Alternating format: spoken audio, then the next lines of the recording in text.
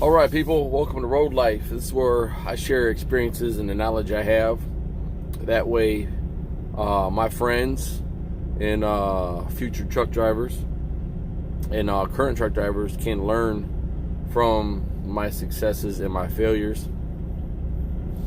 All the truths that I have learned and that I pass on. Now, first of all, I'm always going to say that my integrity is more important to me than anything. So at no time am I going to lie to you about anything. I'm going to do my best not to exaggerate. I'm going to give it to you plain and simple. It's going to be as black and white as I can make it. I'm going to have a little bit of my perspective in things, and I will let you know about that. Also, I'm not trying to be spiteful or vindictive in any way. I'm not going to trash anybody, and I'm not here to spread negativity. If you're here to spread negativity on my channel, please leave. I don't need you, and I don't want your negative comments. It's not what we're here for. We're here to learn from each other and to utilize that type of knowledge. So with that, I've been a Roadrunner for 2 months, and I just talked to a guy who's been here 19 years. So that says something about a company, right? He owns his own truck. Now, don't get me wrong, the idea a Roadrunner has, the freedom they give the drivers, is a great idea. Okay, the idea is ending. Okay, as my friend Trucker Todd is now finding out, we're getting these fleet managers brought in. There's 5 of them now, and we're trying to book your loads for you. Now, we weren't told this in orientation or by the recruiters. We were always told that we choose our lanes. All right, we decide where we want to go. So what happens is, in Roadrunner, it's the idea is you call a procurement manager before you get to your location. All right, let's say a day before you get to your location. This is how I do it. All right, so if I know I'm going to be in Dallas tomorrow, right, I'm already sending Glenn or Jerry a message. First, I'm going to send them an email. All right, hey, I'm going to be there tomorrow in Grand Prairie, which is in Dallas. I need a load going to X. Let's say I need a load going up back to the Midwest. What loads do you have going to the Midwest that I can choose from? All right.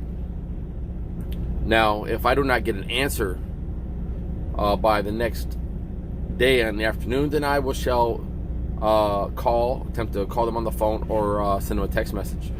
And I figured out, well, usually they give you a list. Well, this is what we got, because there's a board, right? So it's first come, first serve. That's the way it always is. That's the way load boards work. All right. So for those of you who have never booked your own loads, it's like that. If you go through C.H. Robinson or Global Logistics Ascend, whatever, it doesn't matter. There's a load board. There's several of them, and what happens is loads are coming off there constantly, so you have to hurry up and get in, right, in order to get the best ones leave first. That's only common sense. And it's only reasonable, right? Early bird gets the worm, as they say. So, anyways, they send you a list and what it pays, right? Per mile plus fuel surcharge. Maybe there's no fuel surcharge. It just really depends. So you choose. Okay, I'll take this one. He'll say, all right, I'm going to put you on it. All right, that's cool. They'll call you when the load is ready to be picked up. All right, then you go pick it up, get your paperwork, call in dispatch, on you go. Right, and the process starts over again. Now, these new procurement managers, fleet managers / coordinators, whatever you want to call them, they're there to help guys find and book loads, right? Not take over their business, because Roadrunner has ingrained into our heads that this is our business. Okay, so that means I administer to that. Me, not anybody else. Right? I go where I want to go. You are not going to send me where I don't want to go. So my friend Trucker Todd is now finding this out. I'm not going to go into a lot of his story, because that's his channel, that's his video. If you want to see his experience, because he was in orientation with me. His name is Trucker Todd. He's a slightly older white guy. With shorter hair, maybe bald hair. I'm not trying to take away anything you have or don't have, Mr. Todd. I'm just saying. Anyways, now He, like me, he tries to be even. He tries to be fair in his rendition of things. And he gives it to you plain and simple, okay? And we don't like to be wrong. And if we find out that we're wrong, I will correct it. He will also correct it. So this is the type of men we are. And, you know, in the industry, the problem in the industry, all right, the biggest problem in the industry is half-truths, just straight-out deception, right? They're going to just give you enough to bring you in, right? And then it just falls apart from there. Once you start learning the truth in these companies, it's just like, it's so frustrating, okay?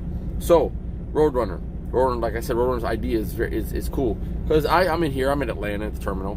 Karina was just here a few days ago. We spoke about this a little bit. She had a load going somewhere, and I had a load going. My load was continuing to Orlando, and then I went to Tampa to come back out of Florida and got here. So the load I took out of Tampa was actually pretty good, and that was actually through a procurement manager who does the Prestige spot coverage on there. If any of you have ever done that, that's a good way of getting out of Florida, and it's only like a 90-mile trip from Orlando to Tampa to pick those up and get the hell out of Florida. So that was around $500 some. Not bad. All right. Anyways, now, so she's having her experiences. I'm not going to go into that. That's for her, right? She hasn't really told me anything negative. I'm not trying to say she has. So I didn't really go into a lot of that. My friend Junior's waiting to come here. Patricia, I know Patricia subscribed to this. She's waiting to come here. I think Junior said, or Karina said that you are with GR Shugel. I'm not sure. They got a huge sign-in bonus right now, but their trucks are super slow. Anyways, so what have I been going through? I'm about to tell you. I've had 2 negative weeks. My first negative week was $1,886.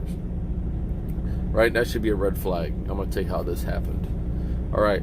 I'm in Houston. There's no LTL loads out of Houston. Okay? So, I'm like, try brokers for the first time. I get a hold of Jerry. Jerry hooks me up with Global Logistics. I get a woman named, I'm not going to tell you because I'm not going to trash her. Needless to say, this was the first and last load I ever allowed her to book me on, because she totally dropped the ball. And here's how it happened. So I go to this place in Houston. They build speaker boxes, and I'm delivering to a spot called the Wholesale House to Hicksville, Ohio. That's a 1,185 mile trip. Now, once my doors close and then a seal gets put on my door, I'm handed my paperwork. Paperwork states that I am to be there between 8 and 12 the next day. Hold up a second here. Let's do the math, right? And now it's like almost evening in Houston when I get loaded. Now, I'm supposed to be there the very next morning? 1,185 miles? Okay, something's absolutely wrong with this timing, because that's not going to happen. We're not going to make it there. All right, because look, you have to go up 59 to hit 30 to go back up north, unless you're going to go all the way over east and hit that highway, and that's going to take some time also. So I call in. I'm like, hey, do you guys understand that this load is booked for tomorrow morning, right? And my truck does 71 miles an hour, and I'm only going to do the posted speed limit or lower, for that matter, and you expect me to go 1,185 miles in a day, right? This is not going to occur. All right. So they was like, well, we're going to check on it. So they checked on it. They came back and said, well, the place closes at 3 o'clock. All right. Well, there's a discrepancy here also, because they originally said that they don't close until 5 p.m., which I could have made it there by 5. That's possible. All right, and I did make it there by 5 o'clock. I was hauling ass, right?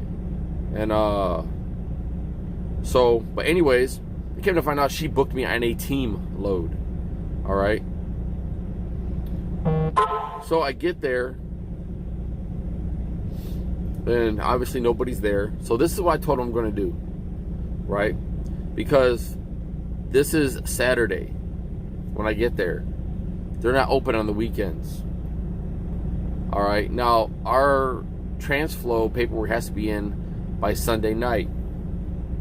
So I get with the backhaul, Jeremy. He's the guy who sets all this stuff up. And me and Jeremy had a long, friendly talk. And Jeremy's actually a pretty cool dude. However, this is business. So let's not mix the two. All right. Jeremy said he's going to pay me regardless, which is music to my ears. So now I'm fine, right? I'm not doing too bad now. All right, I'm getting paid. I'm all right. However, I still got time on my clock. Got lots of time on my clock. So I had already booked 2 more loads prior to that load. So I'm scheduling. You know, I work my clock till its most efficient capacity. You know, I'm pretty good at my clock. So I had already booked 2 loads. I already knew I'm going to get there. I'm going to shoot over to Chicago. With Deadhead to Chicago, pick up that load, take it. I mean, not Chicago, but Detroit. Pick up that load, take it to Chicago. From Chicago, I'm going to Indianapolis. My week's done. Right? So I get two quick loads in, done. I can do that in a day. It's not all that difficult. So I tell them, like, this is what I'm going to do, right? Since I was giving this BS load, that's obviously a team load, I'm going to drop this trailer at their door. I'm going to kingpin it, and I'm going to padlock the doors in the back. So that's exactly what I did. And I took lots of pictures of everything. I took pictures of the establishment, the wholesale house. They got pictures of everything. I took pictures of, I got the round Brinks locks that cost like $40 a piece, or $35 a piece. I got 2 of those. So both my doors were locked. I had 2 locks on those in the back, plus the seal was untouched. And I put the best kingpin you can buy on that trailer. And I took pictures of all of that. And I was like, here it is. This is where it's at. This is how I dropped it. All right, completely secure, right in front of the door. All right, did everything I was supposed to do. I was told because of this, I was going to get layover pay, right? Because of the debacle, there's going to be $400 layover pay. I'm like, all right, that's sufficient. I'm cool with that. So I go do my other loads, and then I go chill, right? I'm supposed to be there by 9 o'clock Monday morning. All right, I go to Toledo. I'm from Toledo. That's my hometown. I don't live there anymore, but I got lots of family there. So I went there and chilled. Monday morning, I shoot over back to Hicksville. Hicksville's just west of Toledo, like 70-some miles. So it was a no-brainer. I go back there. I'm there early. I unlock the trailer and latch onto it. Guy comes out, opens everything up. I hit the door. I get unloaded. All right. So I get rid of that. First of all, I never got layover pay. Never got it. I was promised it. They told me all weekend, we're still getting you layover pay. I mean, I cannot stress how many times they told me this. Like every day they called me and told me they're giving me layover pay. So I expected that, right? I didn't get that. So I ended up in Atlanta sometime later, and Atlanta didn't have any loads going back to where I needed to go because I wanted to go home. Actually, no, I wanted to go to Milwaukee to get my truck worked on. And so I booked a load, or they booked a load for me going to Ferguson. All right, I went to Georgia. No, was it Georgia? Yeah, I was still in. No, it was Alabama. I'm sorry, it was Alabama. I don't know if you guys know where 59 is at, but I went over there, got loaded, took it to Ferguson, Kentucky. Right. I then took another load going to Wheatland, Kentucky. Now I was 21 minutes early in Wheatland. All right. I went on duty with 21 minutes prior to my deadline, which was 2 p.m. I got there at 1:39. All right. I had a picture. I took a picture of my logs and showed them that. I was there for 4 hours, right? They said they promised me detention pay. I was supposed to get detention pay because of that. I never received it, all right? They completely screwed up my clock. And so then they got me another load going to Chicago. Another nightmare load, right? That was the load going to Chicago, was Wordland. Okay, it was the rolls of foam for packaging and things like that. So they gave me the wrong address. Okay, and I don't know how many of you drove, down into Chicago, like in the city of Chicago. It can be a damn nightmare. All right, so they gave me the wrong address. All right. Finally made it to the right place. Had to, obviously, a lot of places in Chicago, you have to dock off. You have to back in off the street. But no big deal. I've done it. It's my favorite thing to do. So, and I'm pretty damn good at it. So, I did all that. They completely screwed up my clock from all the waiting and stuff. Back call from that week because of what they did to my clock, and they put me back $1,886. I did not receive the money I was supposed to receive. So I get to Wisconsin, Lakeside Trucks, fixed my truck. That was great. I did a video on that. So that point's moot at the moment. So all the loads that backhaul has put me on were horrible. They were bad. They were always late. No, the timing's not right. Addresses are wrong. It's like, man, someone at some point, someone's got to get right? You would expect that. So my next negative settlement was $1,446. How did that occur? All right, getting to Chicago. Now, this is Sunday night, 8:30. Now I was told in orientation, and then I was told by dispatch that same night. She said, yeah, if you're tired, you can go ahead and you can scan your paperwork in the next morning when you wake up. She said lots of drivers do it. However you arrive, you'll be fine, you get paid for it. I said, oh, that's great. I said, I'll do that. So I went to a truck stop. I went to Love's. I scanned my paper in the morning, and lo and behold, none of that stuff was on my settlement. It put me way in the hole. And so I called my IC coordinator, when I seen that. So she was like, oh, your paperwork's not scanned in. I said, yes, it is. I got proof. Right? She said, when did you scan it in? I said, Monday morning. She's like, no, you can't do that. It has to be Sunday night before 11:59 p.m. So I proceeded to tell her what dispatch told me. She's like, why would dispatch tell you that? She said, no, that's absolutely wrong. Dispatch should not be telling people this. Well, here's the thing, right? Now, everyone tells you if you can't get a hold of us, then call Central Dispatch. Well, this is the contradiction. Central Dispatch almost knows nothing except I arrive you and I dispatch you. All right? They can't tell you what the terminals look like. Right? There's nothing they can tell you, about that. Unless it has to do with your specific load, where it's going and all this other stuff. They can't tell you anything. They don't know anything. Okay? And they tell you that themselves. Like, we don't know. We don't know nothing. We just know what your loads are, and we know where you're going, where you're picking up from, and to arrive you and dispatch you. That's all we know. But we're constantly told to call Central Dispatch, and they don't know nothing. Not jack. So, when we're giving inaccurate information by Central Dispatch, how don't you correct it? This is Roadrunner's fault, right? Don't tell me something and it not be the case, it not be true, all right? Because there's too much of that in the trucking industry. The left hand never knows what the right hand is doing. Everyone has to be in sync. Both hands have to know what each other is doing for this ship to work properly. You understand what I'm saying? So, anyways, I had an issue with a truck that I wanted. I never wanted this international.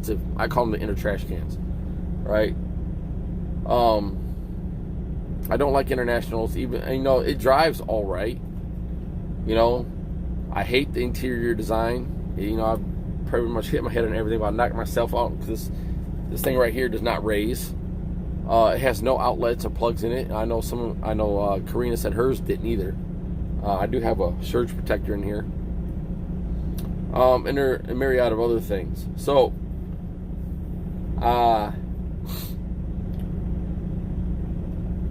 with all that, and they're starting to take away our freedom to book our own loads. So I found that out. I'm not happy about that. I got sat in Dallas for 3 days because I was told they had a load, and then the trailer didn't get loaded for 3 days. I was really pissed off about that. And the misleading, the half-truth, and I don't appreciate that one. And when I'm told things by recruiters and I get the orientation, they tell you, and they tell me something, I really expect that to be followed through with, okay? And I'm sure everyone is like that, but we all know that it's not the case. Now, I was just talking to a trucking company, I believe it was yesterday. I want to say it's Medzig or whatever it is, and we were discussing this. I said, it's your guys' fault that the industry is the way it is, because I know I'm not the only truck driver that prides himself with integrity and telling the truth and doing the job properly. All right, I'm not the only one, right? I know there's a lot of asses out here that have no professional courtesy and no professionalism whatsoever, right? There's quite a few of them. And excuse me, I gotta plug my phone in. And that's just something, I don't appreciate that from other truck drivers. I'm gonna do a video eventually on some of the horrible habits these drivers have that are completely ridiculous, right? I had to plug in my phone, I was down to 15%. Anyways, excuse me for that. And I said, it's your guys' fault, because your recruiters are here to sell the company to us. Whether what they're telling us is true, misleading, and deceiving, half-truth, doesn't matter. They're there to get us to come there, right? It's almost like by any means necessary. Then when we get there, orientation tells us a bunch of great stuff. They give this spew, we get lectures. Oh, this company is so great, right? When you get out there, you're going to pick the unicorn and the Pegasus that you want, and it's going to do everything for you, right? And it's going to be cheap. So, that is never the case. Okay, I've been learning some of the stuff the hard way, because truthfully, a lot of you guys don't share your experiences with people. So I actually care, because the industry needs truck drivers who hold companies accountable for their BS, right? And that's what I'm trying to do, because I don't want to see any of you fail as a result of companies' lies and deceptions.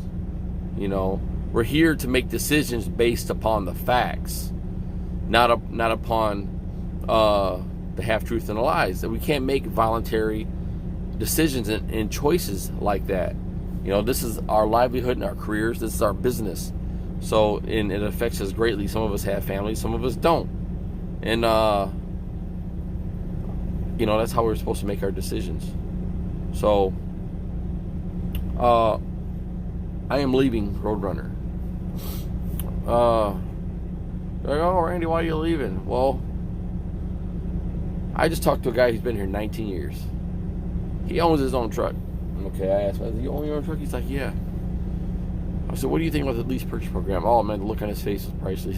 He said, I would never, ever, ever do that. He said, it's trash. I said, what do you think about the company? He's like, well, he said, it's all right, I guess. So this guy's been here 19 years, okay? And I guess it's all right. But he's been here a long time. He has the freedom. There's a couple of other guys been here. And that's a credit to the company that they've had guys that long. There's a lot of companies that cannot keep drivers. They're lucky if they have a driver for a few years or a year at that. They just can't keep drivers. Look at Celadon, for example. Celadon, they don't have a long tenured driver. Not one. I was there. That's a fact. It was a huge mistake in my career to go there. They actually said that I quit as a result of about to be fired, which is absolutely incredible, which is a blatant lie, because I gave my 2 weeks notice on the phone, and they were very upset about that, because they were sitting us around in truck stops without empty trailers, and they were trying to get us to bobtail into Walmart DCs and like that, and you're not Walmart doesn't do that. You can't bobtail into a Walmart DC or Home Depot DC and expect to get a load. They don't do that, and they definitely don't give away empty trailers without a 1-for-1. So anyways, so where am I going? After a lot of research and a ton of emails and phone calls that were sent to me, there were some companies I was looking at. All right, so that's another video. I don't want to make this one too long and boring. I'm just sharing my experiences here. If you have any questions, I mean, just, send them to me. If you do not have my phone number, Patricia or Karina, go ahead and get with Junior and have, you can get my phone number from Junior, and you can call and talk to me about it. And if you don't have any of those contacts, just send me a message on here. For some reason, I'm not getting my notifications. I'm going to have to look in the settings to get my messages off of here. I'm going to do some more videos. I want to do one on how you guys save money on the road. It's going to be so easy. It's going to blow your mind. Okay. And I've saved so much money out here. I don't really spend hardly anything out here. But anyways, I'm gonna do another video about where I'm going. Right, I'm gonna do a pre-video, and then once I get there and I go through the whole process, I'm gonna do another video. I'm just gonna walk all the way through it, because I'm thinking I found something lucrative, but you never. It's a trucking industry. You don't know, right, until you get there, until you hop in head first and see it for yourself. So I'm kind of excited. I'm getting the truck I actually want. With an APU. APU will save you $300 in fuel a week. Believe me when I say this. If you don't have an APU, look into getting. You can get a used APU for about $6,000. Look into getting an APU. It's going to save you so much money. It'll pay for itself in a year. I swear to you, it will. So, with that, I'm gonna say good night. I'm waiting on my load to get finished so I can take my butt to Cincinnati. And then I'm gonna go home, and then I'm gonna turn this truck in, and I'm done with Roadrunner. So if you have any comments, leave them. I'll check them out, and I'm just want to say that, look, I appreciate all you guys as truck drivers, and I never want to mislead you. And like I said, my integrity is more important to me than anything in the world or in life. So with that, my name is Randy. This is Road Life. It's all about life on the road and our bottom line. So, good night.